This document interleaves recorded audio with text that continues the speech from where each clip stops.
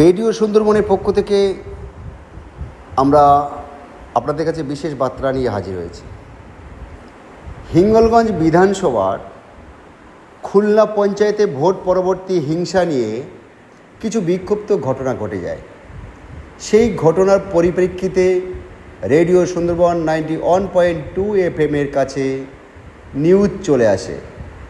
Radio Sundarban 91.2 FM Basirhat সাংগঠনিক জেলা BJP সভাপতি সুকল্যাণ বৈদ্য, GS তুলসী দাস নেতৃত্ব, নিমাই দাস ও হাসনাবাদ পঞ্চায়েত সমিতি বিরোধী দলনেতা প্রসেনজিৎ ভৌমিক মহাশয়ের নিকট বিষয়টি আমরা উত্থাপন করি এবং দ্রুত গতিতে এই ধরনের বিক্ষিপ্ত ঘটনা যাতে না ঘটে তার জন্য আমরা রেডিও সুন্দরবন থেকে তৎপরতা দেখাই।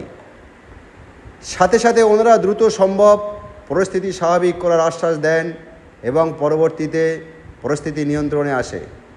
এর জন্যে ধন্যবাদ জানাই বিজেপি জেলা সভাপতি সুকল্যাণ বৈদ্য, নিমাই দাস, তুলসী দাস ও প্রসেনজিৎ ভৌমিক মহাশয়দেরকে।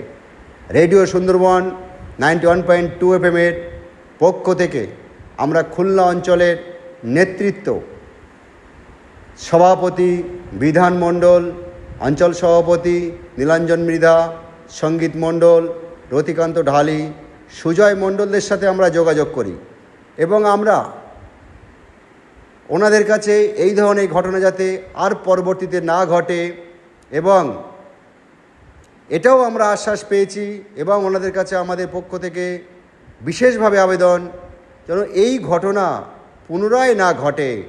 কারণ একটা কথা মাথায় রাখবেন, সম্মানীয় ভারতবর্ষের প্রধানমন্ত্রী মোদিজি এবং আমাদের পশ্চিমবঙ্গের সম্মানীয় এক্স মুখ্যমন্ত্রী মমতা ব্যানার্জিকে আপনারা এক জায়গায় গুলিয়ে ফেলবেন না, এইটুকু আপনাদের কাছে আমাদের বিশেষভাবে নিবেদন। এখানে যদি তৃণমূল কংগ্রেস এই ধরনের সুযোগ পেত তাহলে তৃণমূল নেতাদের কিছু উপার্জন হয়ে যেত। এখানেই বিজেপি এবং তৃণমূলের বড় পার্থক্য। আপনারা পাশে থাকুন, সাথে থাকুন। রেডিও সুন্দরবন সব সময় আপনাদের পাশে এবং সাথে। ধন্যবাদ জানাই আপনাদেরকে।